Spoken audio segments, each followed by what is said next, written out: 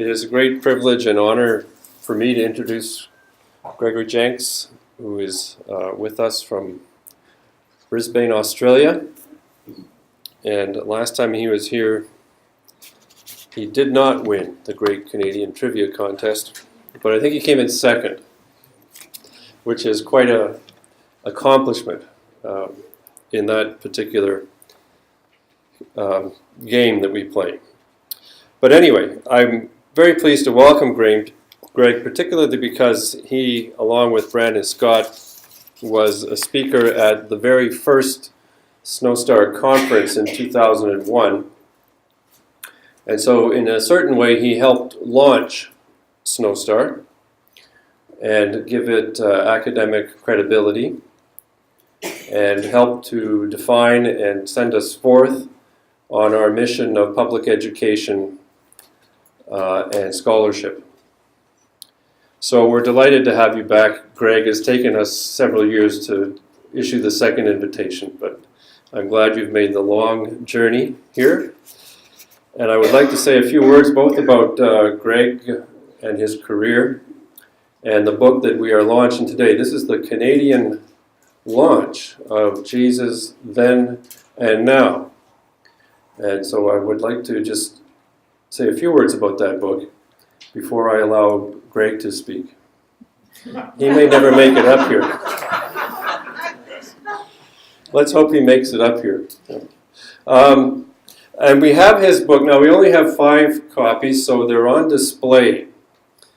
And you can look at them and you can order them. And hopefully before the end of the conference, we will have the order come in. Now, this has happened many times for SnowStar. We ordered this book weeks ago. And it was supposed to be here a week or 2 ago, and it's still not. And this occurred when if you remember, we launched last year or 2 years ago, Embracing the Human Jesus, the book that I wrote, and it wasn't here. And so we had a pre-launch, and I launched a book that didn't exist. So this is a little bit better. We have 5 copies of this book to launch today. For those of you who do not know Greg, he's the Academic Dean of St. Francis Theological College in Brisbane, Australia, and Senior Lecturer in the School of Theology at Charles Sturt University.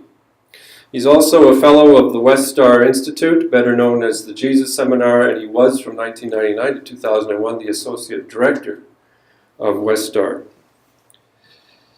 He does 2 things that I think are very interesting. One is that he has a very open and challenging mind. He doesn't tell people what to think. He helps people think their own questions and find answers. And then normally after the answer, there's more questions. So Greg is somebody who helps people think, and I admire that very much about him. I think that's exceptionally an exceptional part of his book, Jesus Then and Now. But the other thing he does is he is a director of a dig at Bethsaida in Israel, a co-director. And if you know archaeology at all, there's the aspect of studying a text comes to life when you get a chance to encounter the ground out of which the text emerges, the world and the foundation and the society out of which the text emerges. So Greg has a gift of being able to combine his academic acumen with this practical side of where things come from and how they make sense in their context and time. So we look forward to hearing things like that, and I think that's a part of his book. Now keep in mind, his book was just published, and it's just being launched today, so I haven't read it. So I'm going to ask him to make sure he corrects me if I make any assumptions that are not true.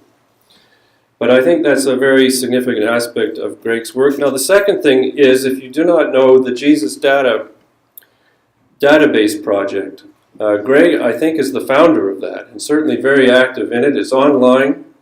A lot of people say, how do you take scholarship and make it practical? What do you do with it? How do you make it work in church communities or in study groups? This is where you go if you want that information. It has lectionary guides, it has sermons, talks, prayers, discussions, these types of things, liturgy, resources. It's a great piece of work online, and I commend Greg for that work. I've been following and using that database since Greg came here in 2001 and let us know about it. Now, the last thing I want to say, just your patience a little bit more. When it comes to writing, there's one thing I'd like to quote from the resources I was able to read about Jesus then and now, and it's this line. It is not my goal to persuade you to agree with my perspective on Jesus, but I do hope that you will find that the book provokes you to think more deeply about what you know about Jesus, how you know that, and what difference it makes to the way you choose to live your own life. I can't think of a better paragraph that describes the intention of Greg's scholarship, to help us think, help us understand why we think what we think, and to make that thinking come alive in how we choose to live. So it is with delight that I'm happy to launch your book, Greg, and to invite you forward as our speaker. Thank you very much. Sounds like I better hold this. Okay, thank you, David. That's coming through now? If I hold it about there. Okay. Thank you to David for launching the book, and thank you for all his leadership and scholarship as well. But thank you particularly to this institute and this gathering, not just for the option of being here, the possibility of being here for this conference, but also for the fact that the invitation to be at this conference and to be one of the key speakers at the conference was the stimulus for the preparation of this book. You wanted you wanted talks on historical Jesus, and I said, sure, I'll get a book ready, so it's ready for launch. Well, the book appeared about 3 weeks ago, but Australia Post and Canada Post have conspired to not deliver it on schedule. But in a very real sense, it was the preparation for this event which really focused my work during my sabbatical in the first half of last year, where I spent about 5 months living in Tiberias, and basically the idea was to get a chapter a week out of that process, and the deadline was to make sure it was ready for April, ready for SnowStar. Having done that, I've decided not to talk about stuff out of the book. You can buy the book, and I thought I'd talk about other stuff. It's a little bit like, I'm not sure this quite applies to mothers and babies, but certainly authors and books. Once the book is sent off to the publisher, it's next project. Okay, so enjoy the book, and I'm certainly having fun reading it again and doing a study guide the other day and finding all the things the publisher got wrong in the first print run, as my heart sank. But it's interesting to also see how I'm getting engaged by the next questions and what will follow next. The book itself reflects very much what turned out to be the foci for this conference: the Bible, the historical Jesus, the future of the church, except I did items 1 and 2 the other way around. And the first 4 chapters are very much focused on the kind of historical context of Jesus. The middle 4 chapters are Jesus in the synoptic or in the gospel tradition, but largely synoptic. And the last 4 chapters are really saying, so how does that stuff run today? What do we make of that stuff in our kind of lives, in our kind of church, in our kind of world? So what I'm going to be doing in the sort of sessions I'm presenting is actually to talk about them more in the sequence of the conference themes. So this afternoon we'll talk about, the topic is an open Bible. I'll say a little bit more about this book first, but then segue into discussion of Scripture. The session tomorrow will be much more focused on historical Jesus, but just to be quirky and Antipodean, I'm going to talk about the Nazareth of Jesus rather than the Jesus of Nazareth. Okay, so there's a little word game going on there as well. And the final session, which I guess will be Saturday, it is still Thursday, is that right? And I think it's already Friday at home, but there you go. And so the last session will be talking more about the sort of theological implications of all this stuff, which for a Bible scholar is a dangerous place to go, but David will rescue me if I get out of my depth. And I want to focus more on the sort of God experience, the God encounter that we might identify in the person of Jesus. So I'm going to start by talking about a little bit more about my own book, one small book, and then we're going to segue across to talk about a much bigger book, the Bible, if you like, the book of books. So I thought it might be useful, rather than just jumping straight into the other topic, just to unpack a few of the assumptions that I outline at the beginning. Towards the end of chapter 1 in my book, I outline some core assumptions that I take with me as I go into my scholarship around the historical Jesus question. So just quickly go through some of these, probably with more of a focus on the last 3 or 4. So I think they're the 3 or 4 that I'm more interested in. They're the 3 or 4 which I think are more relevant to our conversation, and but the others are worth just noting in passing. And listening to myself, I probably need to speak more slowly while you get your ears around my non-accent. Okay, so we'll go through the first 10 assumptions fairly quickly, but they're worth just putting on the board, so at least you have a sense of where I'm coming from. So the first thing is that when we're dealing with this kind of biblical scholarship, we're dealing with a text which really matters to millions and millions of people. Okay, it's a major cultural icon, of course, in our contemporary culture, but it's relevant as an article of faith and as a matter of religion and identity and the meaning of their life to a significant proportion of the people that inhabit the planet. So for scholars to come along and unpick the stitching involves a certain amount of academic trespass. I think it's worthwhile, but it's not without controversy, and it's not without some discomfort, as I'm sure you're well aware. We tread on holy ground, and sometimes we trample on holy ground.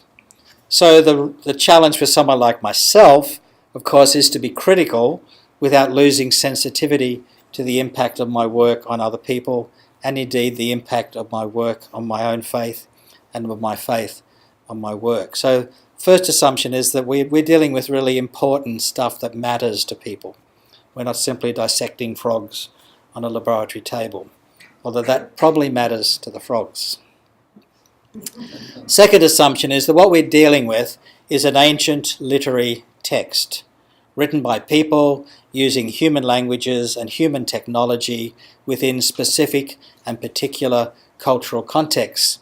And therefore all of these texts are properly subject to critical examination.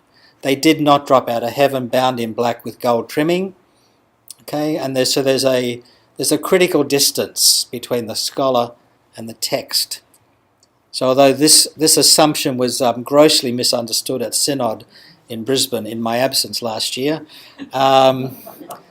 unfortunately they've rescheduled Synod and I'll be back from Bethsaida in time for it this year, so the tar and feathers are out. But one of my assumptions is that I will treat the Bible no differently than any other ancient text in terms of the kinds of questions I'll be posing of it and the way I try to understand it.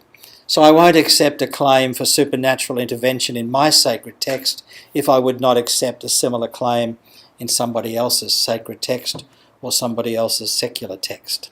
So again, that's an assumption I imagine is fairly widely shared here. Third assumption, which is debatable, but I'm just going to go with one side of the debate, which is that I think Jesus was actually a historical figure of the ancient Galilee. And there are colleagues and friends who might disagree with that, but that's another debate for another time. Next assumption is, simply stated, Jesus was Jewish. He wasn't Anglican, he wasn't even Christian, and he wasn't Canadian. He was a Jew.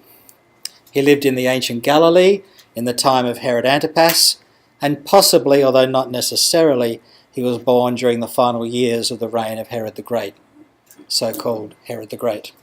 So basically we're looking at the first 30 years, first couple of decades of what we call the first century, but nobody at the time spoke of it that way.